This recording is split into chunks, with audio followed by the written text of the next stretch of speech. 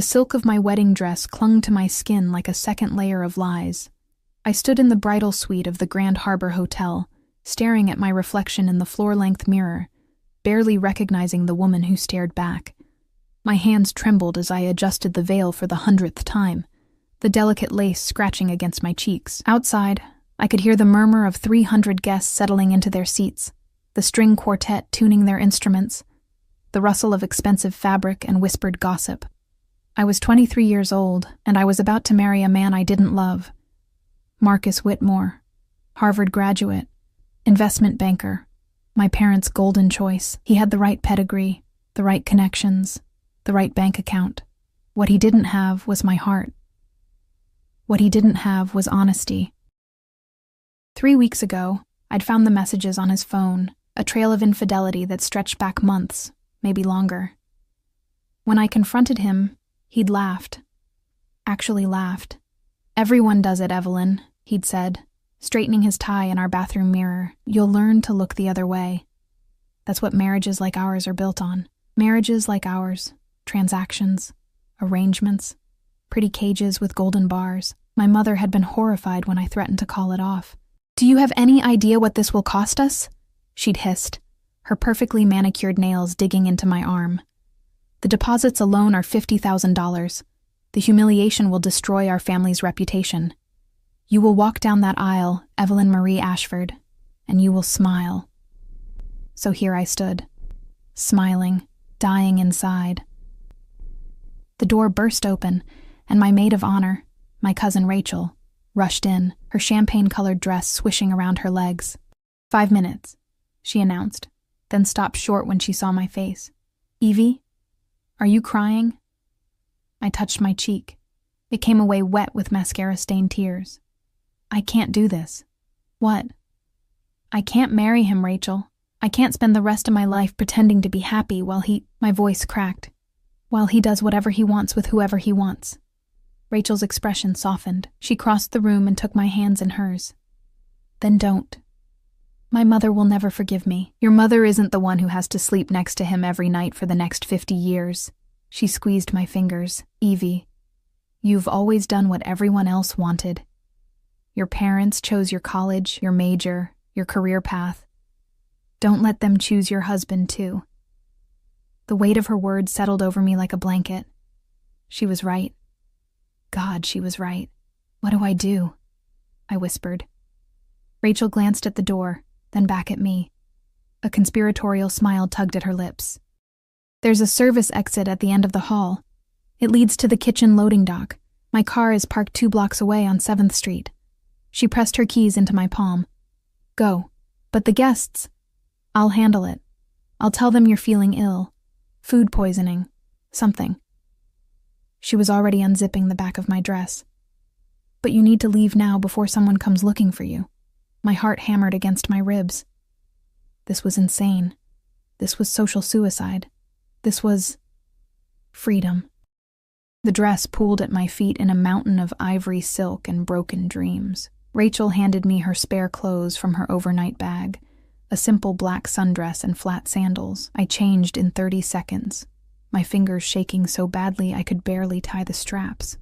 Rachel grabbed my veil and tossed it onto the couch, then pulled me toward the door. "Go," she urged. "Run." And I did.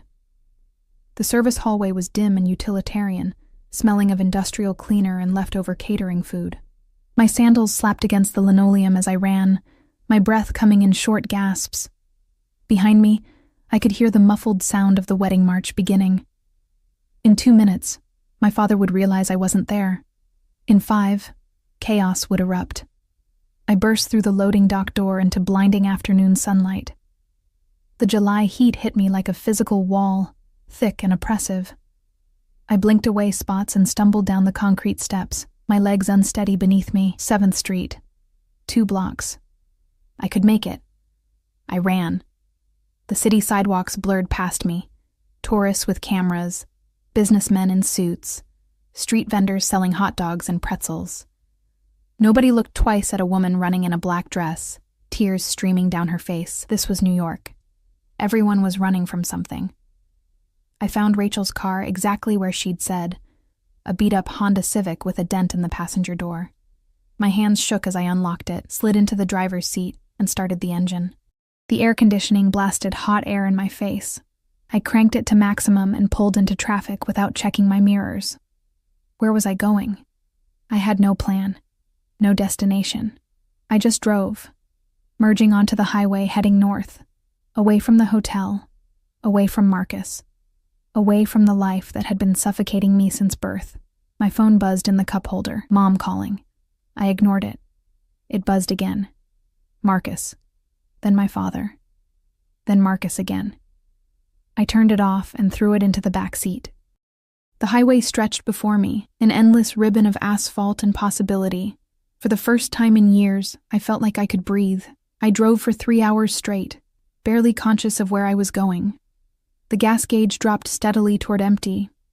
My adrenaline began to fade, replaced by a bone-deep exhaustion that made my eyelids heavy and my reactions slow. I needed to stop, needed to rest, needed to figure out what the hell I was going to do with my life now. A road sign appeared, Crescent Bay, 10 miles. I'd never heard of it, which made it perfect. The exit ramp curved off the highway into dense forest. The landscape changed from urban sprawl to thick pine trees and rocky outcroppings. The road narrowed, becoming a 2-lane coastal highway that hugged dramatic cliffs overlooking the Atlantic. The ocean stretched out to my right, dark and churning beneath gathering storm clouds. Crescent Bay itself was small, a picturesque harbor town with a main street lined with seafood restaurants, tourist shops, and a single traffic light. Fishing boats bobbed in the marina. The air smelled of salt water and fried clams. It was the kind of place people came to forget about their problems. Perfect. I pulled into the parking lot of the first motel I saw, the Seabreeze Inn, a weathered 2-story building with peeling blue paint and a flickering neon vacancy sign. The office was empty except for an elderly woman behind the counter, reading a romance novel with a bare-chested man on the cover. "Help you?" she asked without looking up. "I need a room, just for tonight. $65, cash or card." I fumbled for my wallet, praying I had enough. My bank accounts were joint with my parents. They'd freeze them the second they realized I'd run. I had $83 in cash and a credit card that would probably work for another few hours. "Card," I said. She ran it. It went through. I exhaled in relief. "Room 214, second floor, end of the hall. Checkout's at 11. She handed me a key attached to a plastic anchor keychain. "Storm's coming in tonight. Might lose power. There's candles in the nightstand. Thank you." The room was exactly what I expected. Dated floral wallpaper, a sagging double bed, and a bathroom with questionable water pressure. But it was clean, and it was mine, and nobody knew I was here. I collapsed onto the bed fully clothed and stared at the water-stained ceiling. What had I done? I'd just blown up my entire life. My parents would be furious. Our family would be humiliated. Marcus would probably sue for breach of contract or something equally vindictive. And yet, I couldn't bring myself to regret it. My stomach growled, reminding me I hadn't eaten since breakfast. I hadn't had an appetite before the wedding, and now I was starving. I grabbed my wallet and headed back outside, following the smell of grilled seafood down Main Street. Most of the restaurants looked touristy and overpriced, but there was one at the end of the street that seemed different. A place called Vittorio's, with dark windows and no cutesy nautical decorations. A simple awning, a single door. The kind of establishment that didn't need to advertise because it already knew its worth. I pushed inside. The interior was all dark wood and low lighting, elegant without being pretentious. Leather booths lined the walls, a polished bar stretched along one side, bottles of expensive liquor gleaming like jewels. Soft jazz played from hidden speakers. There were only a handful of other diners, all dressed considerably better than I was in Rachel's borrowed sundress. A hostess materialized from the shadows, a stunning woman in a black pencil skirt and crisp white blouse. Her eyes swept over me with thinly veiled disdain. "Do you have a reservation?" "No, I just wanted dinner. We're fully booked." Her tone suggested I should have known better than to walk in off the street. Disappointment crashed over me. Of course they were. I probably looked like a mess anyway. No makeup, tangled hair, yesterday's tears still staining my cheeks. I turned to leave. Wait. The voice came from the bar, deep, accented, commanding without being loud. I turned back. A man sat in the corner booth, partially hidden in shadow. I could only see fragments of him at first. A strong jaw, dark hair swept back from his forehead, the glint of an expensive watch on his wrist. He wore a charcoal suit that probably cost more than my car, tailored so perfectly it looked like it had been painted onto his body. "She can have the table by the window," he said, his eyes never leaving mine. The hostess's entire demeanor changed. "Of course, Mr. Russo. Right away." She turned to me with a forced smile. "This way, please." I should have left. Something about the way everyone in the restaurant had gone very still. The way the hostess's hands trembled slightly as she grabbed a menu, the way the bartender wouldn't meet my eyes. It all screamed danger, but I was hungry, exhausted, and had nowhere else to go, so I followed her to the table. As I passed the corner booth, I felt him watching me. The weight of his gaze was almost physical, a dark pressure that made the hair on the back of my neck stand up. I risked a glance in his direction. Our eyes met. He was younger than I'd expected, maybe 30, 32 at most. Devastatingly handsome in a way that felt dangerous, like standing too close to a fire, sharp cheekbones, full lips that curved into the barest hint of a smile, eyes so dark they were almost black, reflecting the candlelight like polished obsidian. And something else. Something predatory. I looked away quickly, my heart hammering. The hostess seated me by the window overlooking the harbor. Through the glass, I could see storm clouds rolling in, turning the sky purple and bruised. Lightning flickered on the horizon. "Your server will be right with you," the hostess said, practically fleeing back to her post. I opened the menu with shaking hands. Everything was written in Italian, with prices that made my stomach drop. The cheapest entree was $42. I had $83 to my name, and I'd just spent $65 of it on the motel room. I was calculating whether I could afford an appetizer and still have enough for gas when a shadow fell across my table. I looked up. It was him. Up close, he was even more striking and more terrifying. He moved with a controlled grace that reminded me of a panther circling prey. Two men flanked him, both built like brick walls, both wearing dark suits with telltale bulges beneath their jackets. Guns. "You looked lost," he said, his accent coloring the words. Italian. Definitely Italian. "First time at Vittorio's?" "First time in Crescent Bay, actually." My voice came out steadier than I felt. His smile widened fractionally. "Running away from something?" My breath caught. How could he possibly? "Your dress," he continued, gesturing to Rachel's sundress. "It's inside out. The tags are showing. And you keep looking at the door like you expect someone to walk through it." Those dark eyes studied me with unsettling intensity. So, running from an abusive boyfriend? Dangerous ex-husband? Or just a life that didn't fit anymore? I should have lied. Should have made up some innocent story about a spontaneous road trip. Instead, I heard myself say, "A wedding." Interest flickered across his face. "Yours?" "Was supposed to be. And you left." I ran. Silence stretched between us. Outside, thunder rumbled. The first drops of rain spattered against the window. "What's your name?" he asked. "Evelyn. Evie." "Evie." He said it slowly, tasting each syllable. "I'm Dante Russo." He waited, as if the name should mean something to me. When I didn't react, something like amusement crossed his features. "You have no idea who I am." "Should I?" "Most people in this town do." He pulled out the chair across from me and sat without invitation, folding his hands on the table. His bodyguards positioned themselves nearby, eyes constantly scanning the room. "Tell me, Evie, why did you run?" "That's kind of personal. Indulge me." There was something in his voice, a subtle command, that made refusing feel impossible. Or maybe I was just desperate to talk to someone, anyone, who wasn't part of my old life. He was cheating on me, I admitted. Multiple times. And when I confronted him, he acted like it was normal, expected. Like I should just accept it as part of the arrangement. Dante's jaw tightened almost imperceptibly.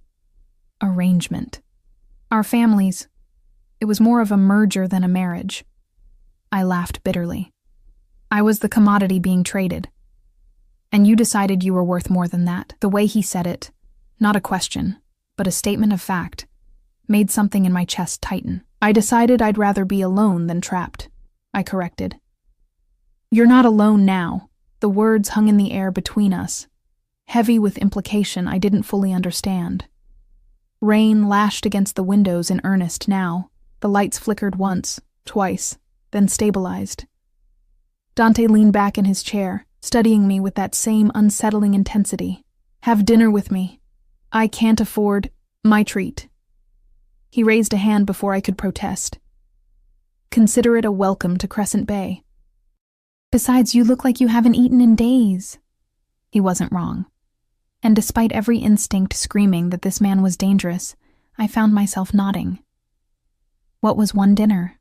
In the morning I'd figure out my next move. Find a job. Start over. Just one dinner with a stranger who looked at me like I was something precious. What could possibly go wrong? Dante snapped his fingers without looking away from me, and within seconds, a waiter appeared at our table, a thin, nervous man who kept his eyes lowered as he took our order. Dante ordered for both of us in rapid Italian, his voice smooth and authoritative. The waiter nodded frantically and disappeared into the kitchen like his life depended on it. You didn't ask what I wanted, I pointed out, trying to sound annoyed rather than intimidated.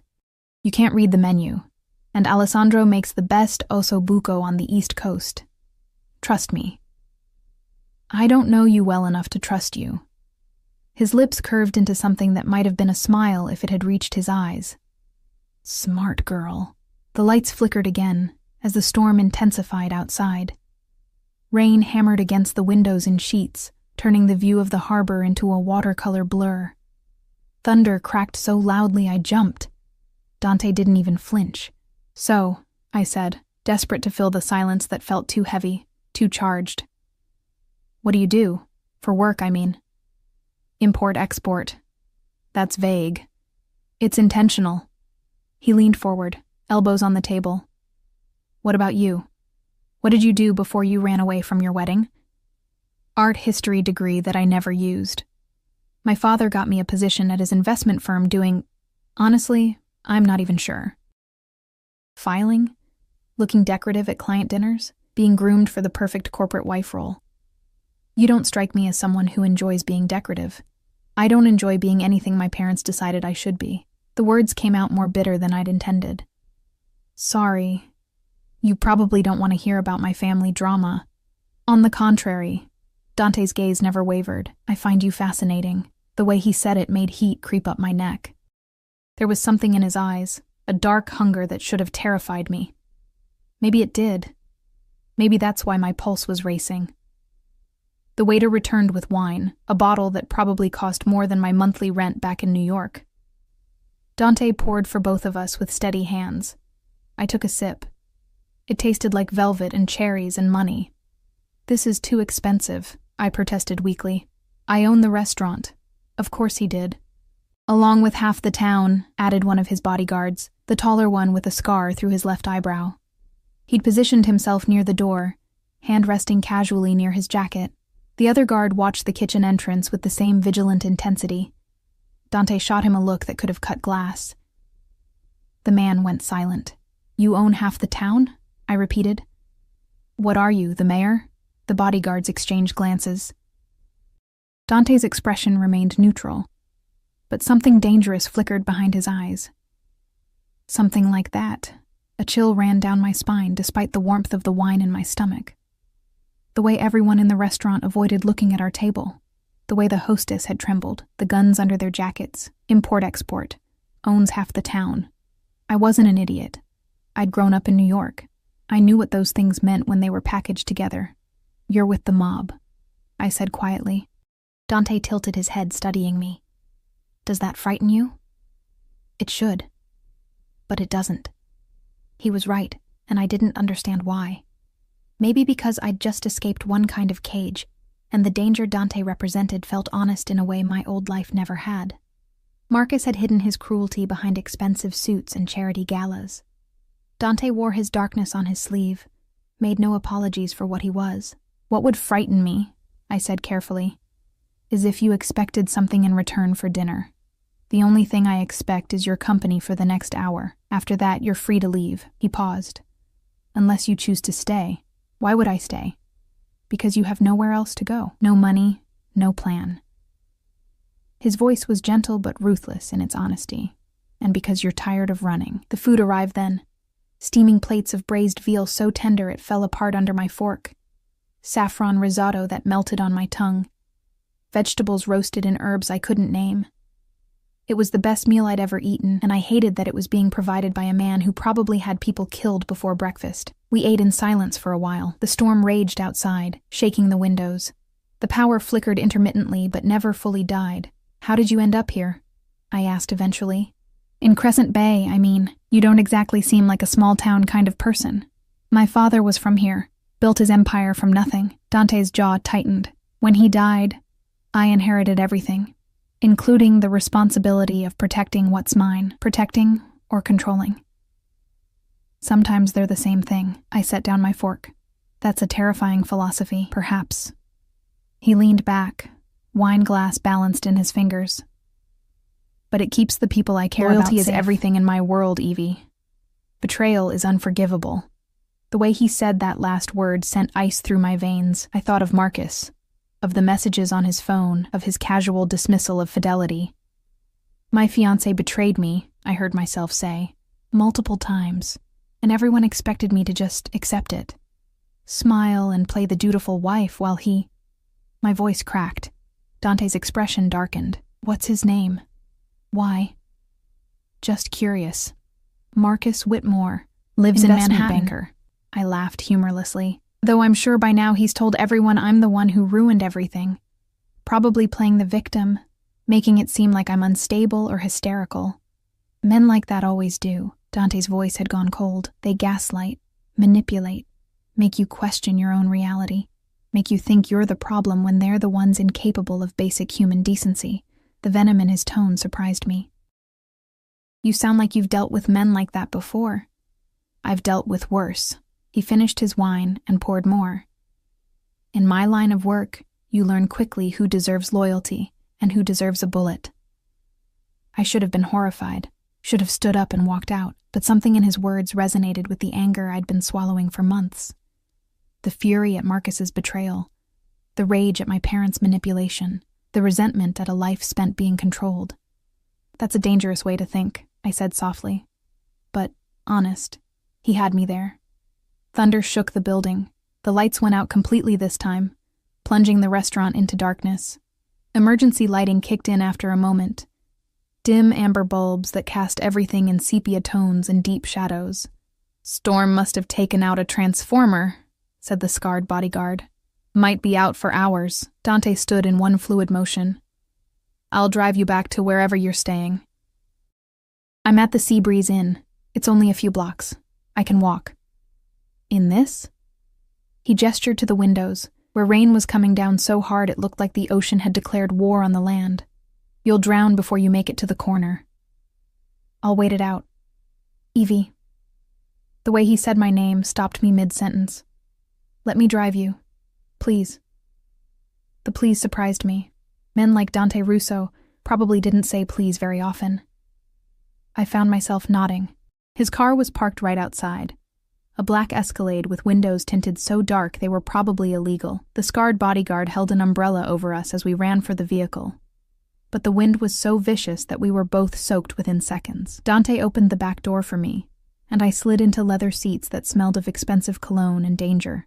The interior was immaculate. No trash, no personal items, nothing to indicate who owned it, except for the faint scent of gun oil and the way the dashboard had more buttons than a commercial airplane.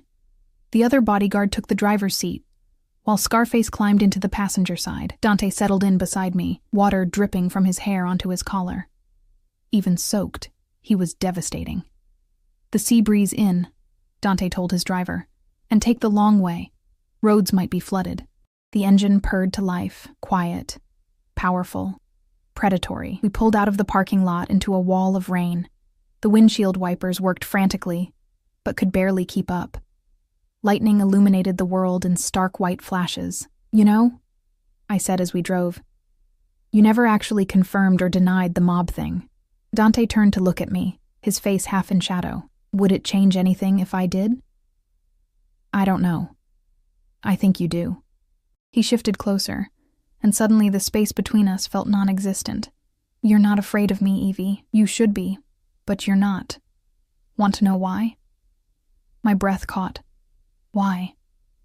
"Because you recognize something in me. The same thing I recognized in you at the restaurant." His voice dropped to barely above a whisper. "We're both trapped in cages of other people's making. The only difference is that I broke free of mine a long time ago. You're just starting to."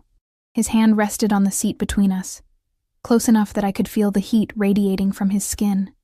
I should have pulled away, should have put distance between myself and this dangerous, magnetic man who looked at me like I was both salvation and damnation. Instead, I asked, "How did you break free?" "I took what was mine, by force, when necessary, by blood, when unavoidable." He held my gaze. I stopped asking permission to live the life I wanted and started taking it. "That's not freedom. That's just a different kind of cage, is it?" He leaned in, and I could smell rain and wine, and something darker, more intoxicating. "Or is it the only real freedom there is? The freedom to choose your own chains?" The car hit a pothole, throwing me against him. His arm came up instinctively, steadying me. For a moment, we stayed like that, my hand pressed against his chest, his arm around my waist, faces inches apart. I could feel his heartbeat under my palm. Steady. Strong. Completely controlled even as something wild and dangerous burned in his eyes. "We're here, boss," the driver announced, breaking the spell. I pulled back, cheeks burning. Through the rain-streaked windows, I could see the flickering neon sign of the Seabreeze Inn. "Thank you," I managed, "for dinner, and the ride." "Evie." Dante caught my wrist as I reached for the door handle. His grip was firm but not painful. "Do you have money? A plan?" "I'll figure something out." "That's not an answer. It's the only one I have." He studied me for a long moment, then released my wrist and reached into his jacket. I tensed, half expecting a weapon. Instead, he pulled out a business card, matte black with silver lettering. "My private number," he said, pressing it into my hand. "If you need anything, and I mean anything, call me." "I can't accept—" "You can. You will." His tone left no room for argument. Crescent Bay is a small town, Evie. Word travels fast. By tomorrow, everyone will know there's a new girl staying at the Seabreeze. Some will be curious. Some will be less friendly. Are you trying to scare me? I'm trying to protect you. Why? You don't even know me. Something fierce and possessive flashed across his face. I know enough.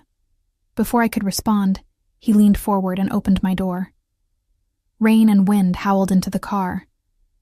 "Go, before the storm gets worse." I stepped out into the deluge, the business card clutched in my fist. As I ran for the motel entrance, I glanced back. Dante was watching me through the window, his expression unreadable in the darkness. The Escalade didn't pull away until I was safely inside. My room was dark, the power still out. I fumbled for the candles the motel owner had mentioned, found them in the nightstand drawer, and lit 3 with shaking hands. Flickering light pushed back the shadows. I collapsed onto the bed, still dripping wet, and stared at Dante's business card. Just a name. Just a number. Nothing else. I should throw it away. Should forget about the dark-eyed man who'd bought me dinner and looked at me like I was something precious and terrifying all at once. Instead, I tucked it into my wallet, lay back against the pillows, and listened to the storm rage outside while my heart raged inside. Tomorrow, I told myself. Tomorrow I'd figure out my life, find a job, start over. Tomorrow. But tonight, I'd dream of shadows and danger, and a man whose darkness called to something broken inside me. The candles burned lower, the storm screamed against the windows, and somewhere in the night, I could have sworn I heard the rumble of an engine idling in the parking lot, keeping watch. I woke to silence and sunlight streaming through threadbare curtains. The storm had passed, leaving behind that peculiar stillness that follows violence. Air scrubbed clean, world holding its breath. My phone, which I'd retrieved from the back seat and plugged in before collapsing into bed, buzzed insistently on the nightstand. 47 missed calls, 63 text messages. I scrolled through them with a detached sort of fascination, like reading about someone else's life. My mother's messages evolved from concerned to furious to threatening. My father's were shorter, more pointed. Come home immediately. We'll discuss your behavior. Marcus had sent only one. You humiliated me. You'll regret this. The implied threat made my stomach clench, but I deleted it along with all the others. I had $18 left. The motel checkout was in 3 hours. I needed a plan. The shower sputtered lukewarm water that smelled faintly of rust, but I stood under it anyway, letting it wash away yesterday's fear and confusion. When I emerged, wrapped in a towel that had seen better decades, I caught my reflection in the foggy mirror. I looked different.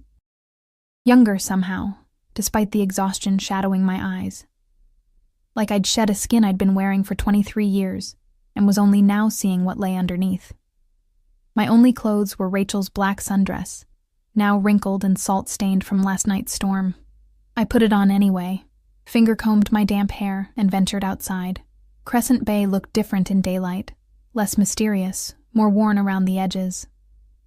The storm had left debris scattered across the streets, broken tree branches, overturned trash cans, a child's bicycle lying in a puddle. Shop owners were sweeping water from their doorways, assessing damage. The harbor was calm now, fishing boats swaying gently at their moorings. I walked toward Main Street, hoping to find a help wanted sign somewhere, anywhere. The local diner had a faded notice in the window. Waitress needed. Apply within. It wasn't much, but it was something. The interior smelled of coffee and bacon grease.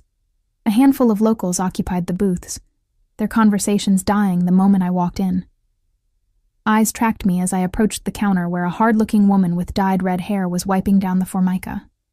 "Help you?" she asked, her tone suggesting I was already an inconvenience. "I saw your sign, about the waitress position." She looked me up and down with unconcealed skepticism. "You got experience?" "Some."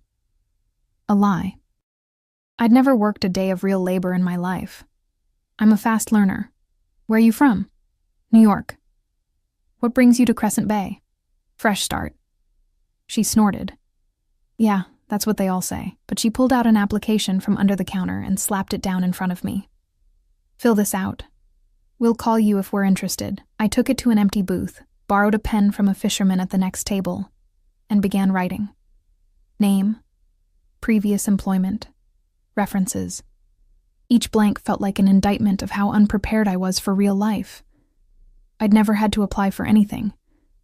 Positions had always been handed to me, carefully curated by my parents. I was halfway through when the bell above the door chimed. The diner went quiet. I looked up. Dante Russo stood in the doorway, flanked by his 2 bodyguards. He wore a different suit today, charcoal gray, almost black, perfectly tailored to his frame. His dark hair was slicked back, still damp from a shower. Those obsidian eyes scanned the room with predatory efficiency before landing on me. Something hot and terrifying coiled in my chest. He crossed the diner in long strides, his men positioning themselves strategically near the exits. The other customers suddenly found their plates fascinating. The red-haired woman behind the counter paled. "Mr. Russo," she stammered. "Didn't expect to see you this morning. Can I get you coffee, black?" He slid into the booth across from me without invitation. "And whatever she's having." "I haven't ordered yet," I said, proud that my voice didn't shake. "Then order." It felt less like a suggestion and more like a command. I glanced at the menu scrawled on a chalkboard above the counter. Scrambled eggs, toast, coffee. The woman scurried away like her life depended on it. "You're following me," I said once we were alone, or as alone as we could be with 2 armed bodyguards and a dozen eavesdropping locals. Crescent Bay is a small town. There's only one diner. Dante leaned back, arm stretched across the back of the booth. Though I did hear you were asking about employment. How could you possibly— I stopped. You have people watching me. I have people watching everyone. That's not comforting. It's not meant to be comforting. It's meant to keep you safe. I don't need your protection. His eyes darkened. You have $18 to your name, no job, and an ex-fiancé who sent you a threatening text message at 6:43 this morning. Yes, Evie, you need protection. Ice flooded my veins. You hacked my phone? I made sure you were safe. That's the same thing. No, he said quietly, dangerously. It's not. Safety and privacy are luxuries people in your situation can't afford. He leaned forward, elbows on the table. Your ex-fiancé has already hired a private investigator. Your parents have frozen your bank accounts, and your mother called the police to report you as a missing person, though they told her you're an adult who left of your own free will. My hands were shaking. I pressed them flat against the table to hide it. How do you know all this? Because I made it my business to know. His gaze held mine, relentless. Did you really think you could run away from a life like yours without consequences? People like your family don't just let their investments disappear. I'm not an investment. I'm a person. To them, you're both. The truth of it hit me like a physical blow. He was right. God help me. He was right. The waitress returned with our food, setting it down with trembling hands before fleeing back to the safety of the counter. The coffee was bitter and burnt, but I drank it anyway, needing something to do with my hands. What do you want from me? I asked finally. Dante cut into his eggs with precise movements. I want to offer you a job. Doing what? I need someone to manage the gallery. What gallery? The one I'm opening next month. Art gallery. High-end pieces, local artists, some international work. He took a bite, chewed, swallowed. You have an art history degree. You understand the world you came from, the wealthy collectors, the social dynamics, how to make people feel sophisticated while separating them from their money. You'd be perfect. It was too convenient, too perfect, too much like a trap disguised as salvation. Why would you do this for me? Because I can. Because you need it. Because— He paused, something flickering across his face too quickly to read. Because I want to. And what do you expect in return? Loyalty. The word hung in the air between us, heavy with meaning. Work for me. Don't betray me. Don't run to your family or your ex-fiancé. Give me your trust, and I'll give you safety, a life. Freedom to become whoever you want to be without them controlling you. That's not freedom. That's just trading one cage for another. Maybe. He set down his fork, gave me his full attention. But this cage comes with a key. You can leave whenever you want. I won't stop you. But while you're here, while you work for me, no one touches you. No one threatens you. No one makes you feel small or worthless, or like you're only valuable as someone's possession. My throat tightened. You don't know me well enough to make those promises. I know enough. His voice dropped, intimate despite the public setting. I know you'd rather starve than go back to a man who cheated on you. I know you walked away from wealth and status because you refused to compromise your dignity.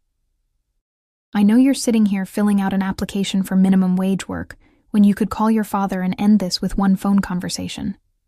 He reached across the table, his fingers brushing mine. I know you're stronger than you think you are.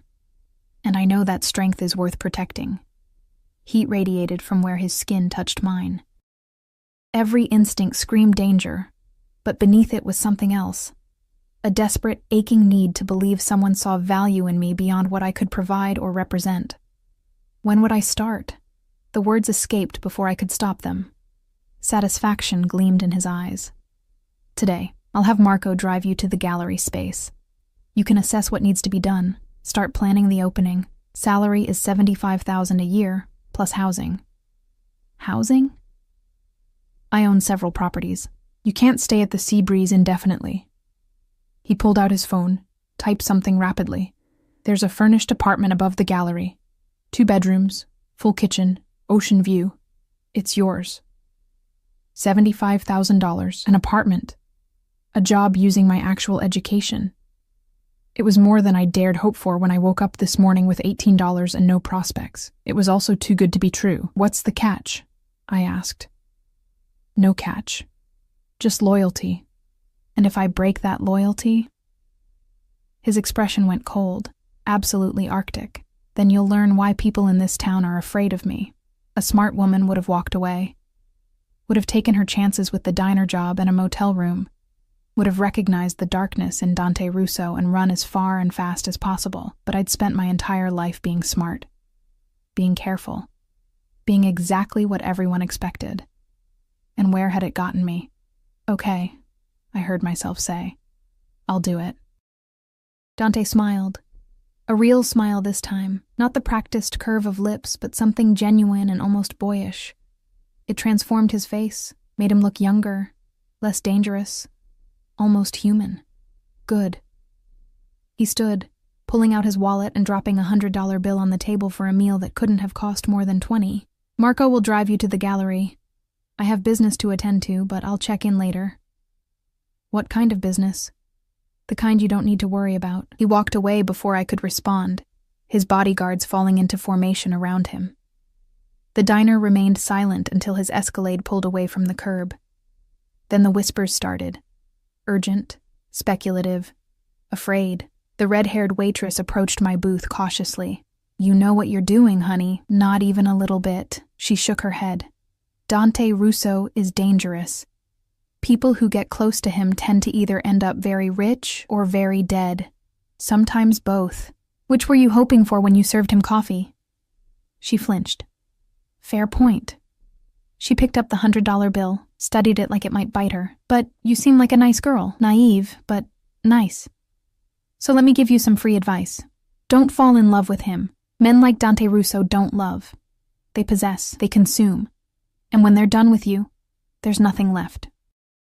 She walked away before I could tell her I had no intention of falling in love with anyone, much less a mob boss who'd invaded my privacy and bought my loyalty like he bought everything else. But as I walked out of the diner into the bright morning sunlight, I touched my wallet where his business card still rested, and I wondered if I was lying to myself. Marco, the scarred bodyguard from last night, was waiting outside in a black sedan. He opened the door for me with surprising courtesy. "Gallery's 10 minutes away, Miss Ashford," he said. His voice was gravelly, like he'd spent years smoking cigarettes and screaming orders. "Boss says to give you the full tour, answer any questions you got. Is this what you do? Drive people around?" Among other things. His eyes met mine in the rearview mirror. But mostly, I keep Mr. Russo alive. And now, I keep you alive too. Why would I need keeping alive? Because you matter to him. And anything that matters to Dante Russo automatically has a target on its back. The casual way he said it made my blood run cold.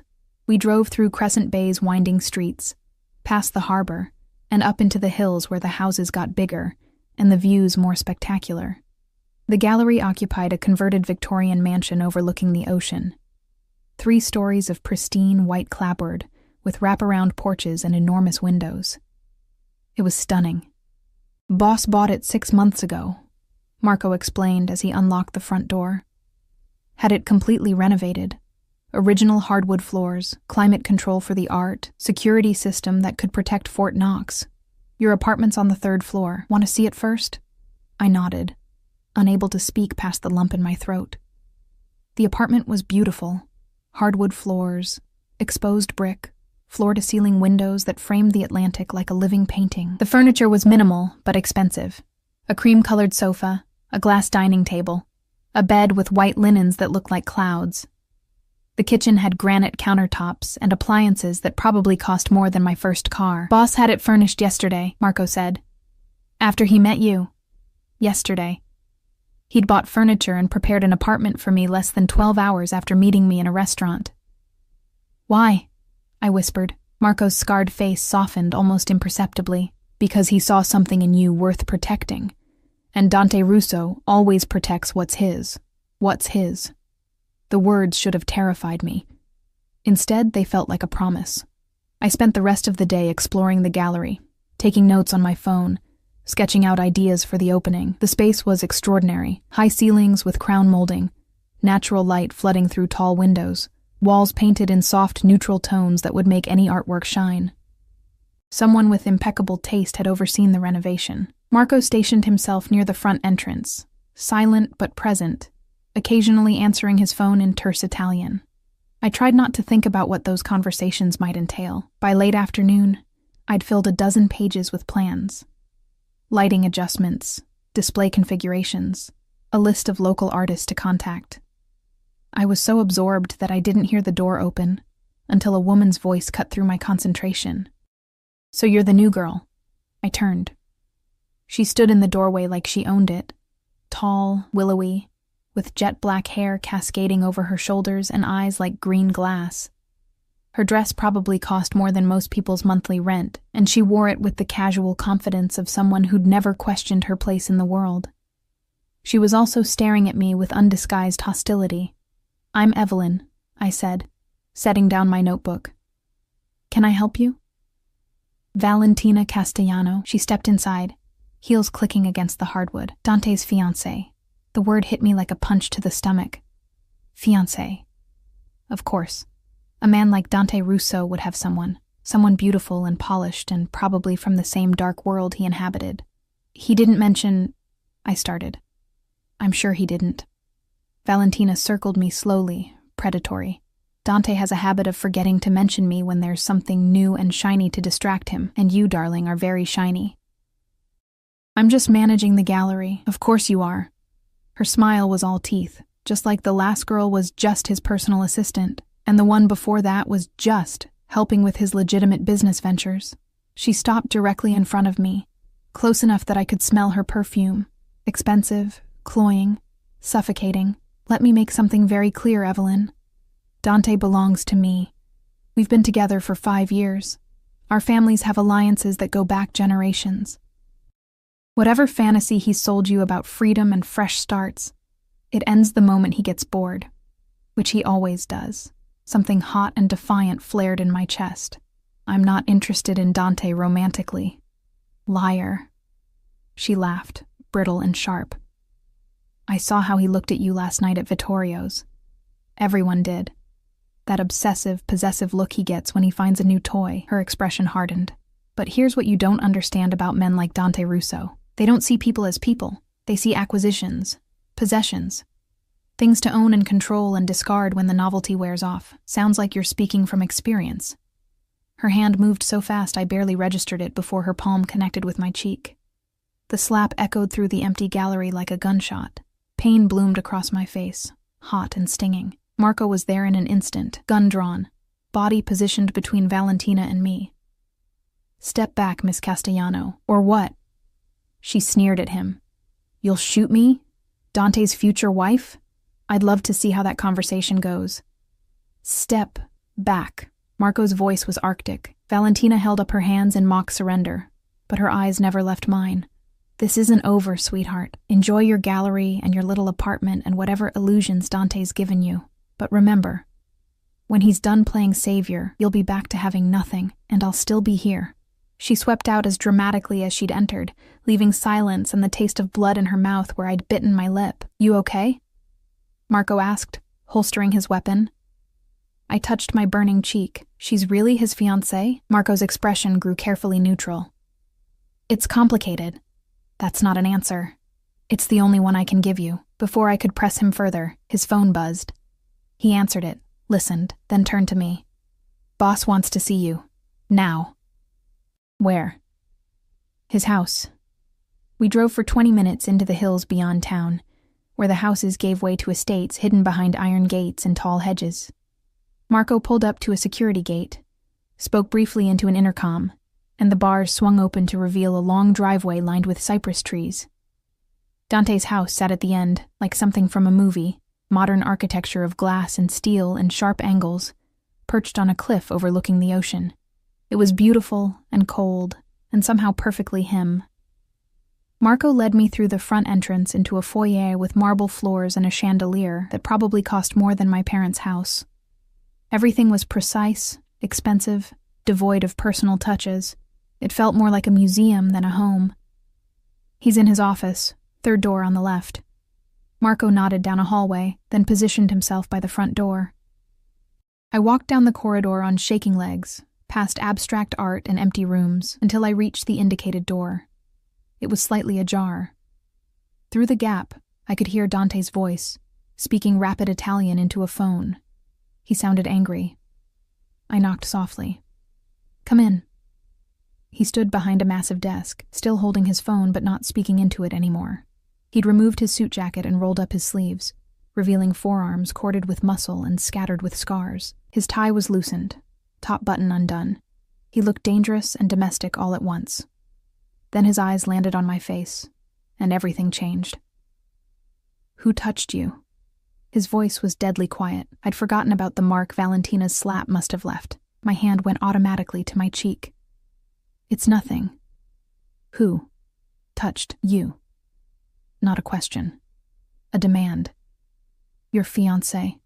Something terrifying flickered across his expression. A darkness so absolute it made my breath catch. He set down his phone with deliberate care, walked around the desk, and stopped inches from me. "Let me see." It wasn't a request. I tilted my face up. His fingers brushed my cheek with surprising gentleness, tracing the edges of the swelling. Heat radiated from his touch, making my pulse race. "Valentina did this," he said flatly. "She said—" I swallowed hard. "She said she's your fiancé, that you've been together for 5 years, that I'm just another in a long line of distractions." "And you believed her. Should I?" Dante's jaw clenched. He turned away, bracing his hands on the desk. For a long moment he said nothing, just stood there radiating barely controlled fury. "Valentina Castellano is the daughter of my father's oldest ally," he said finally. "When I was 18 and stupid, our families arranged an engagement. A strategic alliance to strengthen ties between our organizations." He turned back to face me. "I called it off 3 years ago." "She seems to think you're still engaged." "Valentina thinks a lot of things that aren't true, including that she has any claim on me whatsoever." His eyes bored into mine. "I am not engaged. I am not in a relationship. And I sure as hell am not going to let her put her hands on you again." The possessiveness in his voice should have scared me. Instead, it sent heat pooling low in my stomach. "What are you going to do?" I asked. "Handle it." He pulled out his phone, typed something rapidly. "Marco will take you back to your apartment. Don't go anywhere alone for the next few days. I'm assigning someone to watch your place." "That's not necessary. Evie." He crossed the distance between us in 2 strides, cupping my uninjured cheek. "Valentina is dangerous. She has resources, connections, and a vindictive streak a mile wide. She will hurt you to get to me, and I will not allow that." "Why do you care so much?" The question hung between us. His thumb traced my jawline, and I watched something shift behind his eyes. Desire warring with control, possession fighting rationality. "Because you're mine to protect now," he said simply. "And I protect what's mine." There was that word again. Mine. "I'm not your possession. No." His voice dropped to barely above a whisper. "You're something far more dangerous than that." "What?" He leaned in close enough that I could feel his breath against my lips. "You're the first thing in 10 years that's made me want something beyond power and revenge. And that, cara mia, terrifies me more than any enemy I've ever faced." His lips brushed mine, not quite a kiss, more like a promise. Then he pulled back, leaving me dizzy and aching. "Go home, Evie. Lock your doors, and don't open them for anyone but Marco or me." I left in a daze, my lips still tingling from that almost kiss. Marco was waiting in the foyer, keys in hand. We drove back to the gallery in silence, but I caught him watching me in the rearview mirror, with something that might have been sympathy. "He doesn't do this, you know," Marco said, as we pulled up outside the gallery. "Care about people. The last person he cared about was his sister, and she—" He stopped abruptly. "What happened to her?" "Not my story to tell." He got out, opened my door. "But I will tell you this. Dante Russo is a dangerous man. He's killed people, destroyed families, built an empire on blood and fear. But with the people he cares about, he'd burn the whole world down to keep them safe. So if he says you're under his protection, you are, completely. And anyone who tries to hurt you will answer to him. He walked me to my apartment door, checked the rooms to make sure they were empty, then stationed himself outside. I locked the door behind me and leaned against it, my mind spinning. What had I gotten myself into? I spent the evening unpacking the few belongings I'd bought with the money Dante had advanced me. Clothes, toiletries, basic necessities. The apartment slowly began to feel less like a stage set and more like a home. I made pasta for dinner using the absurdly well-stocked kitchen, ate it while watching the sunset paint the ocean in shades of gold and crimson. My phone buzzed. Unknown number. Sleep well, cara mia. Tomorrow we begin turning your gallery dreams into reality, D. I stared at the message for a long time before typing back. How did you get this number? His response was immediate. I have all your numbers. Sleep. You're safe. I should have been angry about the invasion of privacy. Instead, I felt something warm and dangerous unfurl in my chest. I climbed into bed as full darkness fell, listening to the ocean and the occasional murmur of Marco's voice as he spoke to someone on his phone. Exhaustion pulled at me, but sleep was elusive. Every time I closed my eyes, I saw Dante's face inches from mine, felt his thumb tracing my jaw, heard his voice calling me something dangerous. Somewhere around midnight, I heard a car pull up outside. Footsteps. A quiet conversation between Marco and someone else. Then silence. I got up, crept to the window, and looked down. Dante's Escalade was parked on the street below, engine idling. Through the tinted windows, I could just make out his silhouette in the back seat. He was watching my apartment, making sure I was safe. The possessiveness should have frightened me. The obsessive attention should have sent me running. But as I crawled back into bed, I felt safer than I had in years. And that was the most terrifying thing of all. I woke to pounding on my door and Marco's urgent voice. Miss Ashford, you need to see this. I stumbled out of bed, pulled on a robe, and opened the door. Marco stood there with his phone extended, his expression grim. It's all over the news, he said. I took the phone. The screen showed a news article from a major New York outlet. Investment banker Marcus Whitmore arrested in fraud scheme. My hands shook as I read. Marcus had been taken into custody early this morning on charges of embezzlement, securities fraud, and money laundering. The article detailed a sophisticated scheme involving offshore accounts and falsified documents. Federal investigators had been building a case for months. The arraignment was set for this afternoon. How? I started. But then I knew. Dante.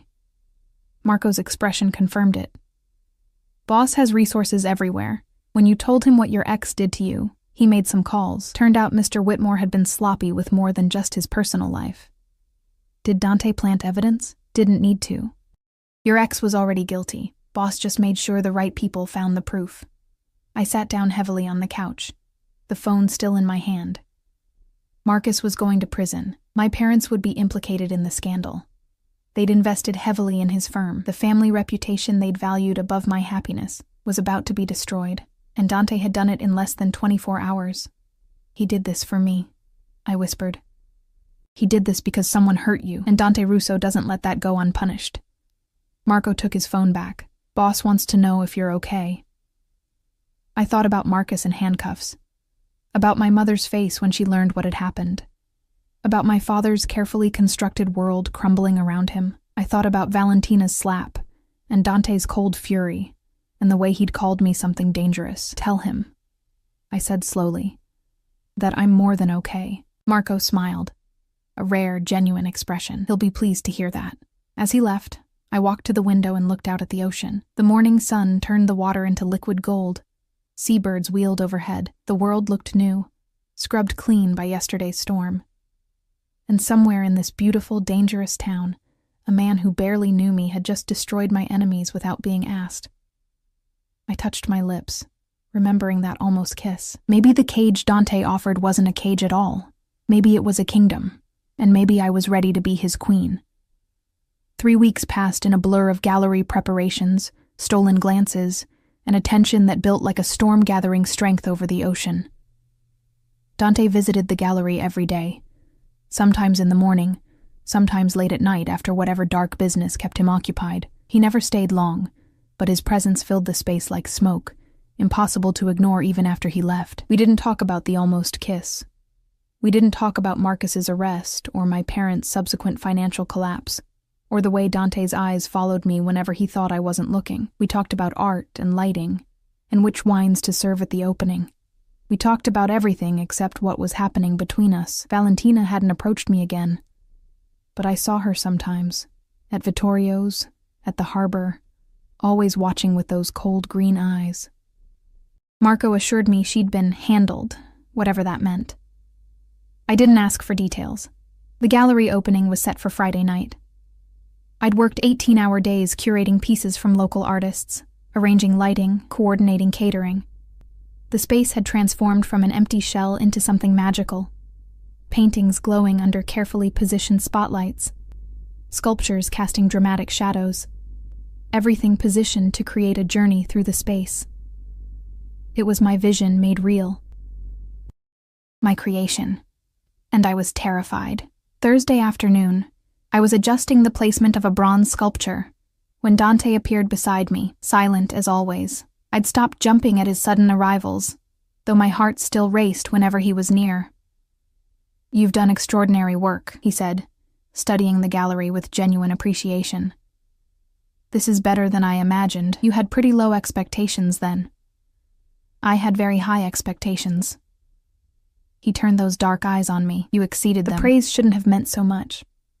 But coming from him, a man who controlled an empire, who commanded absolute loyalty, who probably didn't give compliments unless they were earned, it made my chest tight with something I didn't want to examine too closely. "Thank you," I managed. "For this, for everything, you earned it." He stepped closer, and suddenly the gallery felt too small, too warm. "There's something I need to tell you about tomorrow night." My stomach clenched. "What?" "Valentina will be there. I can't exclude her without causing problems with her father, but I've made it clear that if she so much as looks at you wrong, there will be consequences." "What kind of consequences?" His expression went cold. "The permanent kind." I should have been horrified, should have protested that violence wasn't the answer, but I'd grown up in the past 3 weeks. I'd learned what it meant to live in Dante's world, where loyalty was currency, and betrayal was paid for in blood. "I can handle Valentina," I said. "I know you can." His hand came up, tucking a strand of hair behind my ear. The gesture was intimate, possessive. "But you shouldn't have to. You should be able to enjoy tomorrow night without worrying about vindictive exes." Speaking of exes, I heard Marcus took a plea deal, 20 years. 23, with no possibility of parole for 15. Dante's voice held satisfaction. "He'll have plenty of time to think about how he treated you." My parents think I had something to do with it. My mother called yesterday. Said I'd destroyed the family. What did you tell her? That she destroyed the family the moment she tried to sell me to a criminal. I looked up at him. Then I hung up. First time I've ever done that. Pride flickered across his face. How did it feel? Terrifying. Liberating. Like jumping off a cliff and discovering I could fly. "You can." His thumb traced my jawline, the same gesture from weeks ago that still made my breath catch. "You can do anything, Evie. You're stronger than you know." The moment stretched between us, charged with 3 weeks of unresolved tension. His hand cupped my face, and I leaned into it without thinking. His eyes darkened, pupils dilating. "Dante," I started. "Boss." Marco's voice cut through the moment like a knife. He stood in the doorway, phone in hand, expression urgent. "We have a problem." Dante's hand dropped. His entire demeanor shifted from intimate to lethal in a heartbeat. "What kind of problem?" "The Castellano kind. Her father wants a meeting. Tonight. Says it's urgent." A muscle in Dante's jaw ticked. "Tell him I'll be there in an hour." He turned back to me. "I have to go. But tomorrow night, we need to talk." "About what?" "About this." He gestured between us. "About what happens next." He left before I could respond. Marco and his other guards falling into formation around him. The gallery felt cavernous without him, empty despite the art covering every wall. I worked until midnight, making final adjustments, obsessing over details, when I finally climbed the stairs to my apartment. Exhaustion dragged at my bones, but I couldn't sleep. Tomorrow was the opening. Tomorrow was everything I'd worked for. Tomorrow, Dante and I would finally talk about whatever this dangerous, terrifying thing between us was becoming. I must have dozed off eventually because I woke to my phone ringing. The clock read 3:17 a.m. Unknown number. I answered groggily. Hello? Evelyn Ashford? A woman's voice. Professional. Clipped. Yes? This is Crescent Bay Memorial Hospital. Dante Russo was brought in an hour ago with multiple gunshot wounds. He's listed you as his emergency contact. We need you to come immediately. The world tilted sideways. What? How? Ma'am, please come now. It's critical. I threw on clothes with shaking hands, ran down the stairs, found Marco's replacement, a man named Tony, stationed outside the hospital. Now. He didn't ask questions, just got me into the car and drove like the devil himself was chasing us. The 15-minute drive took 7. I ran through the emergency room doors in bare feet, having forgotten shoes entirely. A doctor intercepted me. Miss Ashford? I'm Dr. Patterson. Mr. Russo is in surgery. He was shot 3 times. Shoulder, abdomen, and thigh. He's lost a lot of blood. Is he going to die? We're doing everything we can. Which wasn't an answer. They led me to a private waiting room, where 6 men in dark suits stood like sentries. I recognized some. Marco, Tony, others I'd seen around the gallery. They all looked shell-shocked, an emotion I'd never associated with these dangerous men. What happened? I demanded. Marco's scarred face was pale. Ambush. After the meeting with Castellano. They were waiting when we left. His hands clenched into fists. Boss pushed me out of the way, took bullets meant for me. Who did this? Working theory is Valentina. She has connections.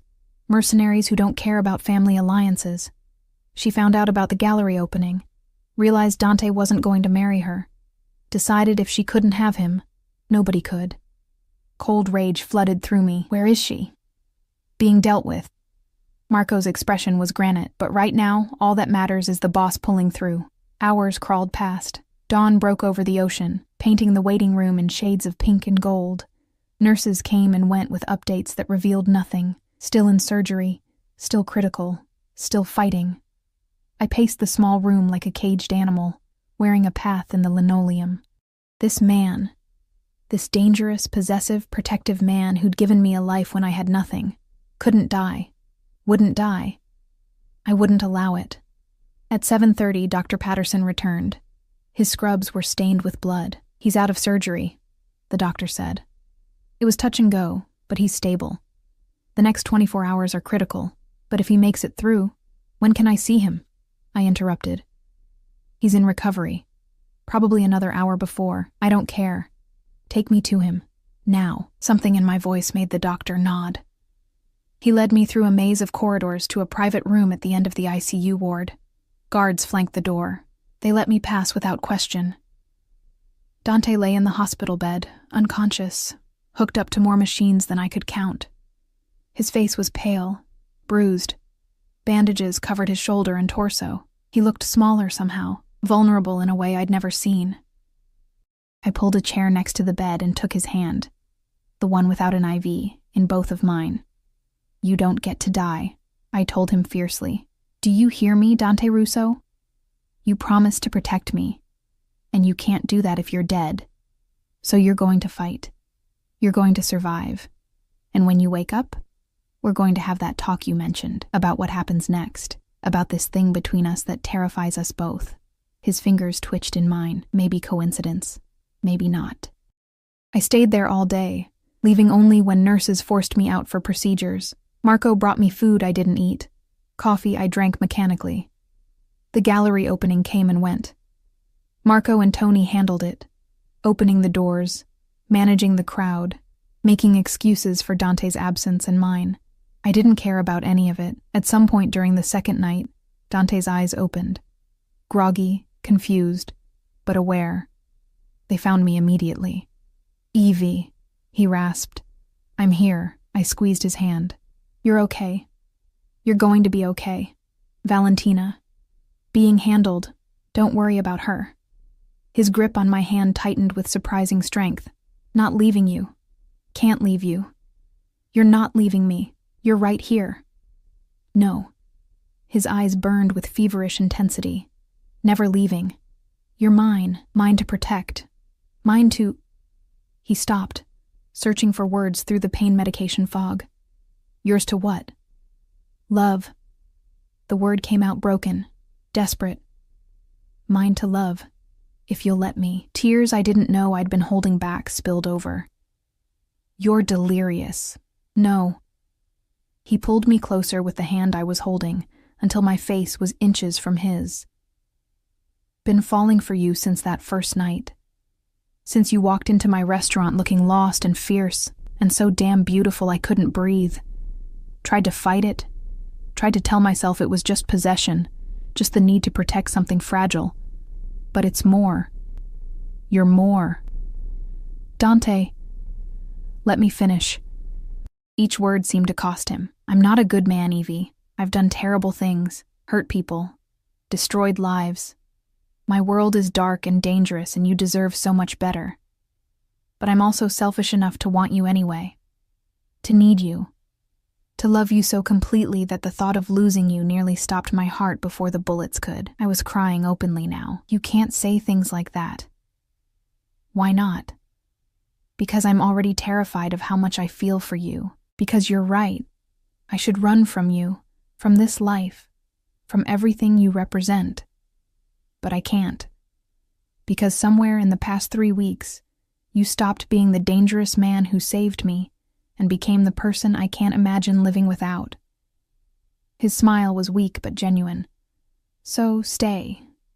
Build your gallery. Live in this town. Let me love you the only way I know how. Completely, possessively, with everything I am. That's not healthy. No. He brought my hand to his lips, kissed my knuckles. But it's honest. It's real. And it's yours if you want it. I thought about the life I'd left behind. The cage of expectations. The loveless marriage. The slow suffocation of being someone's possession rather than someone's partner. I thought about what Valentina and the waitress had warned me about. That Dante Russo consumed what he loved. Left nothing behind. But looking at him now, bruised and bleeding and barely conscious but still fighting to tell me he loved me, I realized they'd been wrong. Dante didn't consume. He protected. He cherished. He gave everything he had to the people he cared about, even when it meant taking bullets for them.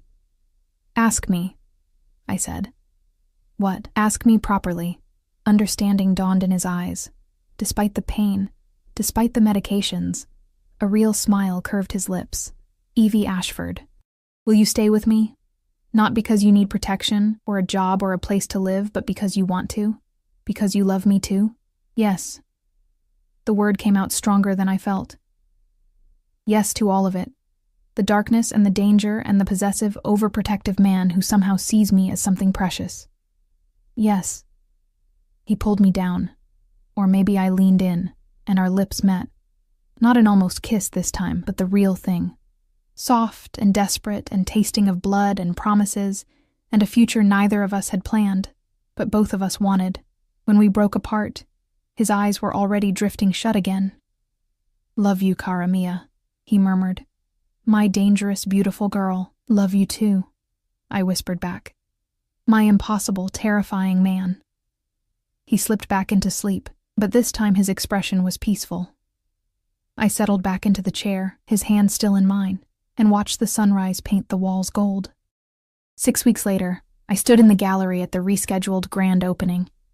The space glowed with soft light, filled with well-dressed patrons admiring art and sipping champagne. It was everything I'd dreamed of, and more. Dante stood beside me, his arm around my waist, possessive, protective, perfect. He'd recovered faster than the doctors predicted, driven by sheer stubbornness and the need to be back at my side. The scars would fade eventually, but I secretly loved them. Proof that he'd survived. Proof that we'd both survived. Valentina Castellano had disappeared. Marco wouldn't tell me what happened, and I'd learned not to ask. Some things in Dante's world were better left unknown. My parents had tried to contact me a few times, but their messages went unanswered. I'd mourned that relationship, then let it go. Some cages you had to leave behind completely to be truly free. Happy? Dante murmured in my ear. I looked around the gallery, my gallery, filled with life and art and possibility. Then I looked at him, this dangerous man who'd given me everything, including his heart. Terrified, I admitted. And happier than I've ever been. Good. He pressed a kiss to my temple. Terror means you're alive, and happy means you're exactly where you're supposed to be.